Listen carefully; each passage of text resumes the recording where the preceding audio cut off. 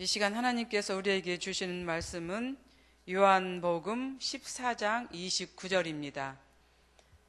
요한복음 14장 29절 우리 한 절 말씀 다 같이 봉독하겠습니다. 요한복음 14장 29절 시작. 이제 일이 일어나기 전에 너희에게 말한 것은 일이 일어날 때에 너희로 믿게 하려 함이라. 아멘. 세상을 살아가다 보면 어떤 상황에 대해서 또 앞으로 일어날 일에 대해서 우리가 주위 사람들에게 이야기를 해줄 때가 있습니다. 그런데 그 말을 전혀 믿지 않는 경우가 있지요. 또 어떤 사람은 이런 똑같은 상황을 두고 이제 그 이야기를 아예 받아들이지 않는 그런 사람들도 있습니다. 또 어떤 사람은 자신이 그 사실을 눈으로 보고 또 들어야만 믿는 사람들도 있습니다. 그래서 이제 일이 닥쳤을 때, 또 문제가 이제 일어났을 때 전에 얘기한 그 말이 생각이 나서 후회를 하는 이런 사람들이 있지요. 왜 그때 그 말을 듣지 않았을까? 왜 그때 그 말을 귀담아 듣지 않았을까? 그래서 그냥 무심코 흘러 지나버린 그 이제 상황을 두고 후회를 하고 또 애통해하는 그런 사람들이 있습니다. 그래서 우리는 때로는 그 어떤 상황들에 대해서 얘기를 해줄 때 그러한 말을 귀담아 듣고 귀하게 여길 줄 아는 그런 사람들이 이제 되어야 하지 않나는 그 생각을 갖습니다. 여러분들은 어떤 부류에 속합니까? 이제 이런 일들을 얘기를 해줬을 때 그 이야기를 귀담아 듣는 편입니까? 아니면 그냥 무심코 흘러 이제 버리는 그러한 이제 그 속에 그 편에 이제 속하는 그런 사람들입니까? 되게 반반일 것입니다. 흘려버릴 때도 있고 또 그러한 말을 귀담아 들을 때도 있을 것입니다. 그런데 반대로 또 거짓말을 진실처럼 얘기를 하면은 그 거짓말을 진실로 알고 믿는 사람들도 있지요. 어떻게 보면 이런 마음이 이러한 것들이 인간의 가장 기본적인 그러한 생각, 그러한 마음이 아닐까 하는 생각을 갖습니다. 아담과 하와가 유혹에 빠질 때 아마 이러하지 않았을까. 하나님께서 이제 그만 그런 일들, 금기사항들을 이제 그냥 흘려버리고 무시한 이제 경우이죠. 그래서 그 유혹을 받아들인 이들은 어떻습니까? 인류의 가장 흠집을 남긴 이러한 사람들로 우리는 이제 생각을 하게 됩니다. 사람은 원죄의 속성을 가지고 태어났기에 진실에는 약하고 또 거짓말에는 강한가 봅니다. 방송에서 들었던 이야기인데 아기들이 태어나서 가장 먼저 배우는 말이 이 거짓말이라고 합니다. 그래서 좋은 말보다 나쁜 말은 가르쳐 주지 않아도 너무나 잘 이제 사용을 하죠. 얘기를 하죠. 어떻게 저런 이야기를 할 수 있을까? 언제 저런 말을 배웠을까? 이제 부모들이 이제 감탄 아닌 감탄을 하는 경우들이 아마 종종 있을 것입니다. 오늘 본문이 그렇습니다. 본문에 나타난 그 예수님의 제자들이 앞으로 일어날 일들에 대해서 예수님께서 계속 얘기를 해주고 있습니다. 들려주고 있고 가르쳐주고 있고 또 수없이 이야기를 하고 있습니다. 그렇지만 제자들은 어떻습니까? 그 말을 귀담아 듣지를 않은 것을 우리는 성경을 통해서 알 수가 있습니다. 예수님의 말씀의 의미를 새겨보려고도 아마 하지 않았던 것 같습니다. 공생의 기간 동안에 예수님은 십자가의 고난과 또 죽으심, 또 부활과 승천에 대해서 직접적으로, 간접적으로 계속해서 제자들에게 말씀을 하셨습니다. 그렇지만 제자들은 예수님의 그 말씀에 대해서 이해를 잘 하지 못했습니다.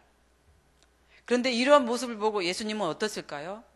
그 예수님의 그런 상황들을 보고 제자들의 그 상황들을 보고 어떤 마음이 들었을까요?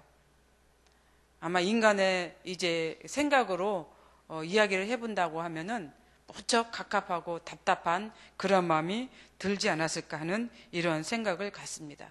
때로는 예수님께서 내가 허공에 대고 이야기를 하지라고 하는 그런 생각도 이제 가졌을 거라고 하는 그런 생각을 갖습니다.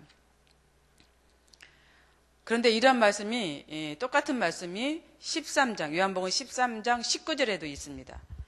지금부터 일이 일어나기 전에 미리 너희에게 일러두면 일이 일어났을 때에 내가 그인 줄 너희가 믿게 하려 함이라. 오늘 본문과 똑같은 그런 말씀입니다. 이 말씀은 가롯 유다에 대한 말씀입니다. 유다가 예수님을 어떻게 하실지 예수님은 아시고 제자들에게 말씀을 하셨습니다. 그렇지만 예수님의 제자들은 어떻게 했어요? 그 말씀을 그냥 흘려버립니다. 내가 떡을 주는 자가 그 자이다 라고 예수님께서 이렇게 떡을 집으면서 꼭 집어서 얘기를 했습니다. 그렇지만 예수님의 제자들은 그냥 지나쳐 버린 것이죠. 이런 이제 내용을 우리가 이제 생각해 보면서 마태복음 26장 36절에서 46절에 이런 말씀이 있습니다. 예수님께서는 이제 십자가 사건을 앞두고 이제 겟세마네 동산에 기도하러 가시지요. 그래서 제자들 그 3명을 빼고 나머지 그 제자들은 이제 그 겟세마네 동산의 입구에 이제 있도록 갑니다. 그리고 이제 3명을 데리고 이제 그 동산에 올라갔습니다. 기도하는 그 장소에 올라가셨죠. 그리고 3명의 제자들에게 이제 당부를 합니다. 부탁을 합니다. 기도하라고 이렇게 얘기를 합니다. 그렇지만 제자들은 어떻습니까? 잤습니다. 3번씩이나 졸고 잠자는 제자들의 모습을 보면서 예수님의 마음은 어땠을까?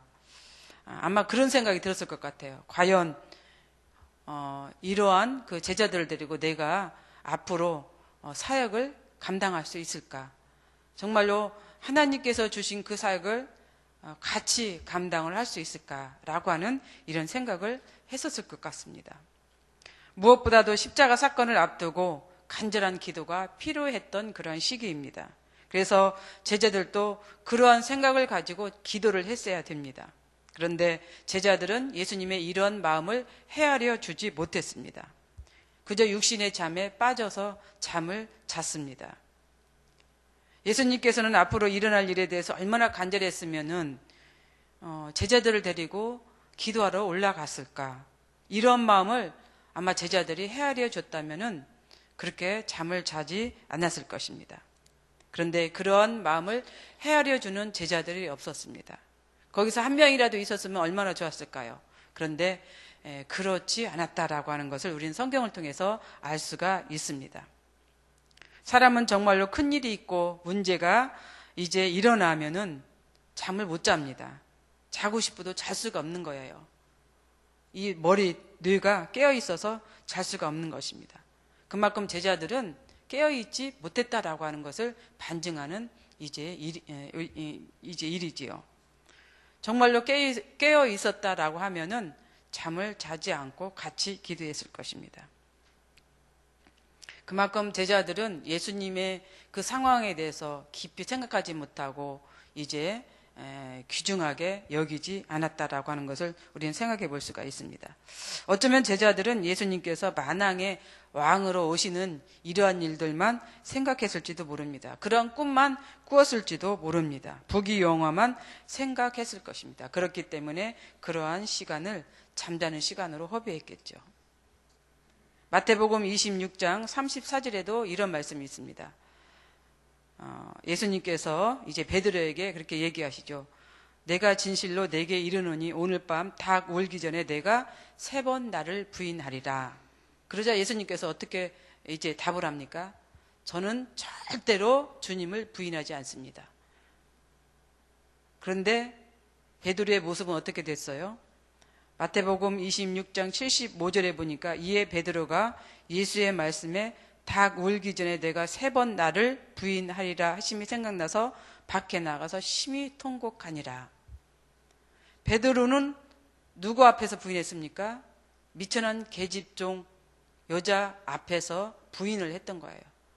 나는 예수님을 모른다라고 이렇게 부인을 했죠. 그런데 그러한 순간에 닭이 울었습니다. 그래서 닭이 우는 그 소리에 예수님의 말씀이 생각이 난 것이죠. 그리고 나서 어떻게 했습니까?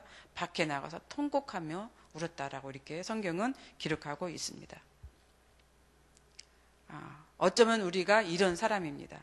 백문이 불여일견의 속담처럼 꼭 우리는 봐야만 믿는 이런 습성이 있다라고 하는 것이죠.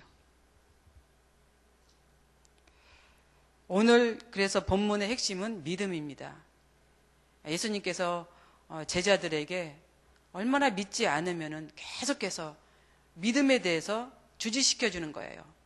예수님께서 계속해서 이제 그 공생의 기간 동안에 이러이러한 일에 대해서 자꾸 확인을 시켜 주시고 얘기해 주시는 것은 앞으로 예수님의 그 사건을 통해서 그때 내가 얘기했던 거 기억하라, 생각하라.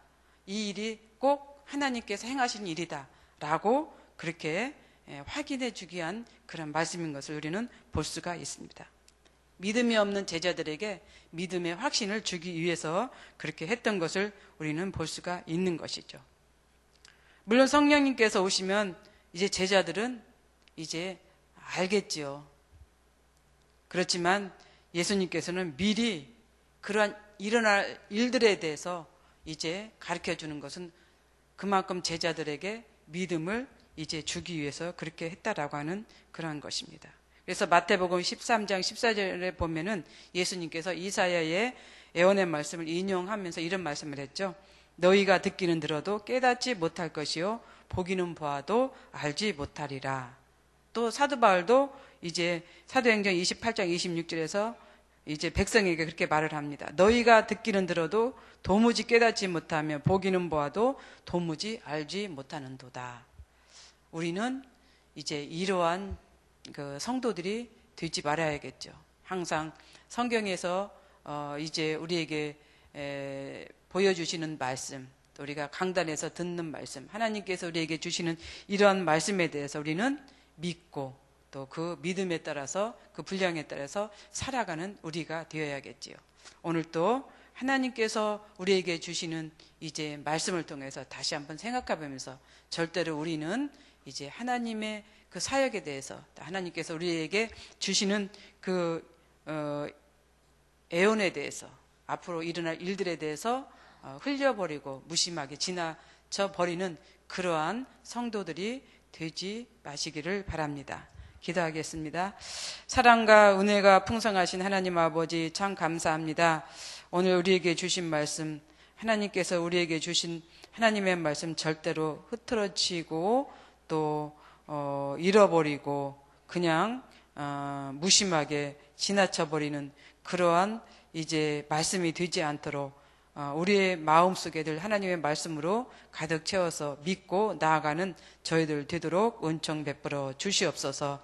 하나님께서 주신 그 사역 또한 잘 감당하면서 하나님 나라의 일에 동참하는 우리 모두가 되기를 원합니다. 감사드리며 예수님의 이름으로 기도드리옵나이다. 아멘.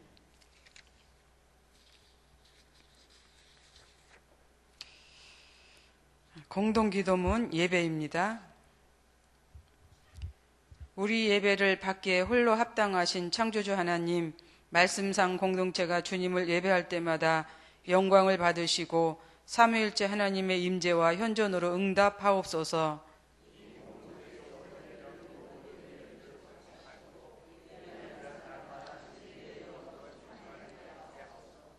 주님이 찾으시는 예배자들이 훈련되어 일어나게 하옵소서. 교회에 함께 모여 우러르는 공예배의 거룩한 감동을 세상에 흩어져 섬기고 나누는 삶의 예배로 살게 하옵소서. 아멘. 주님이 가르쳐 주신 기도 드리겠습니다. 하늘에 계신 우리 아버지, 아버지의 이름을 거룩하게 하시며 아버지의 나라가 오게 하시며 아버지의 뜻이 하늘에서와 같이 땅에서도 이루어지게 하소서.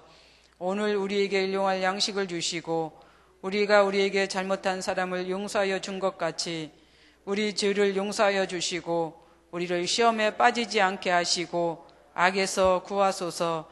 나라와 권능과 영광이 영원히 아버지의 것입니다. 아멘. 공동기도 제목입니다. 지금 들은 말씀이 내 삶으로 이어지게 하옵소서. 주일에 선포된 말씀을 마음에 새기며 묵상하게 하소서. 하나님의 사랑이 풍성한 우리 성락 공동체가 되게 하소서. 성경 통독, 성경 암송으로 말씀의 열매가 풍성하게 일어나게 하소서. 해외 단기 선교 사역의 결실이 더욱 풍성하게 맺어지는 축복이 되게 하소서. 진행되는 선교 사역의 과정을 축복하여 주옵소서. 인도네시아 선교와 국내 싱크 부서가 있습니다. 구역과 기관이 더욱 아름다운 결실을 맺기 위한 8월 한 달의 쉼이 되게 하옵소서.